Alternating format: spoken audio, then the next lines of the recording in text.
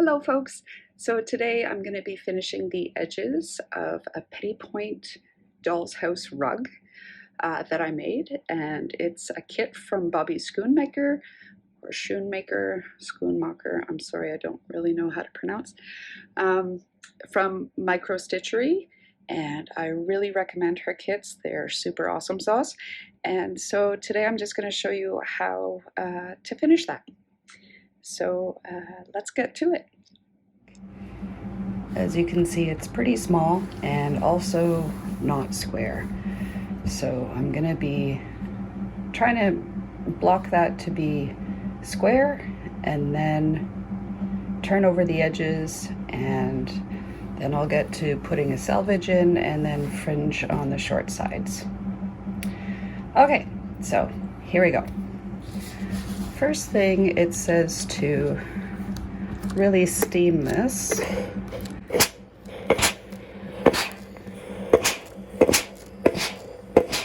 And then making sure that you're doing it on top of something white so you don't have any color transfer. And then I'm going to pull the warp and the weft and try and straighten it out, but I need 2 hands for that.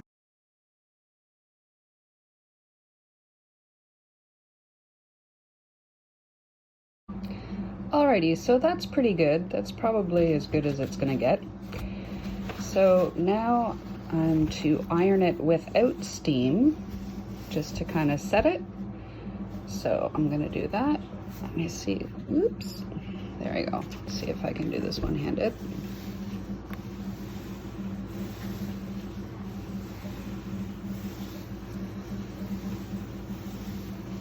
There we go. Right.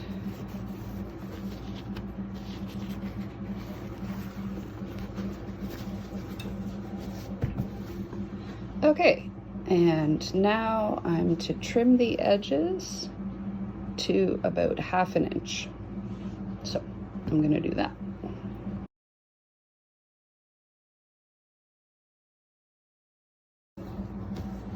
Alrighty, so those are the edges trimmed to about 1/2 inch. And next step is to miter the corners and then fold over the edges and iron in place underneath the paper towel, and again with no steam. So I'm gonna do that. I've ironed the miters corners first, and then I'm gonna flip over and iron the edges. Alrighty, so those are my edges ironed over. They're still poking up a little bit, so I think I'm going to iron it from this side. Oh, I see it could be closer on some spots. I'll redo that. And I'll let it cool face down to really try and let those edges stay put. Edges are turned under and mitered, and now I'm going to be working a selvage along my 2 long edges, and in this case, because this is red, I'm going to be using red thread in a simple overcast stitch, covering the last 2 rows of unstitched gauze and stitching in each hole. So you can see it's pretty small, so I'm going to be doing kind of an overcast edge right through there, and then going into the last hole of these red stitches. So I'll show you how that goes as I'm doing it. Alrighty, so I've got my ends folded over, and now I'm gonna start making a selvage along here. So first I'm going to I think I'm going to lift this up for a second. Sorry, there we go. I'm going to lift this up for a second and just try and get this thing attached. this thread attached. Make sure it doesn't show on the other side. Sorry, I just had my coffee. My hands are kind of shaky.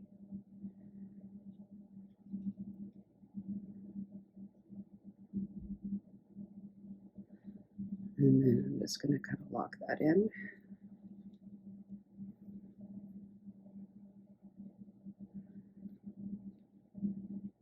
And I'm just going to, let's see.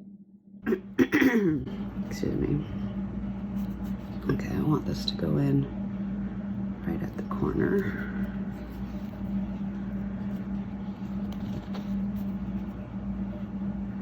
All right, and then re-miter my corner again. All right, so I'm gonna be going around every two of these lengthwise and popping out every one widthwise, if that makes any sense. Okay, just a second, let me get my other glasses on top of this.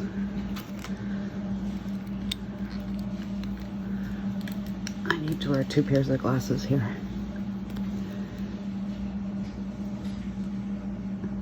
And that's still not enough.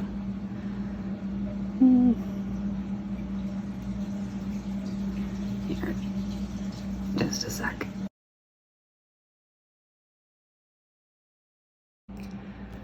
All right, so I'm gonna be going through like that and just doing a whip stitch all the way along. Where is it? There we go.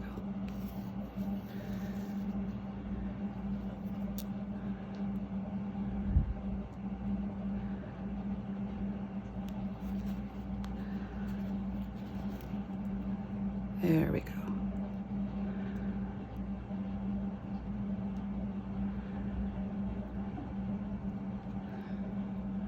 Can you see that? There we go. It's hard to see what I'm doing and make sure that you can see what I'm doing.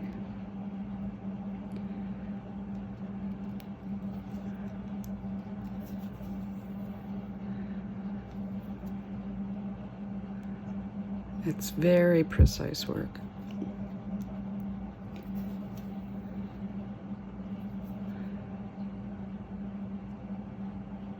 Super fiddly. Probably shouldn't have just had my coffee. But there it is.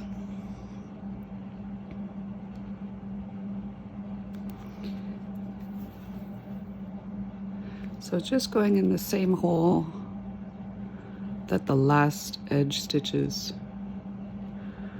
were done in. Let's see. There you go.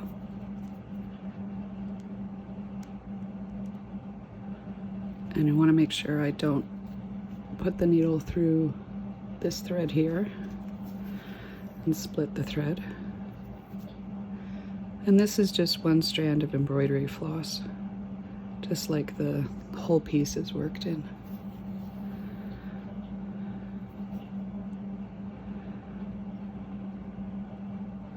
So just keep doing that all the way along.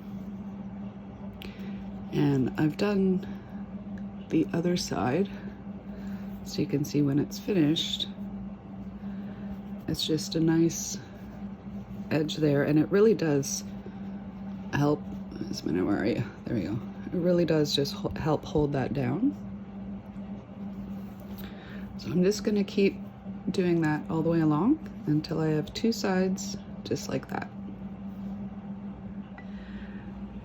Alrighty, so there we go. I've done all the way along, and I'm just going to run the needle through the mesh and through the back of the work, and just double checking that you can't see the needle, because I definitely don't want this thread popping up on the right side. So I think that's pretty good. If I can get the needle through. There we go. So I'm just going to trim that thread, and then we'll get on to the fringe for the short sides. Hi folks, thank you for watching today's video, and I hope you enjoyed it. Please feel free to leave a comment below if you'd like, and check out microstitchery.com and more of Bobbie's work there. Her kits are really great and I love her work. Thank you, and if you haven't subscribed yet, please do, and if you have, thank you very much. Have a great day and happy making. Bye.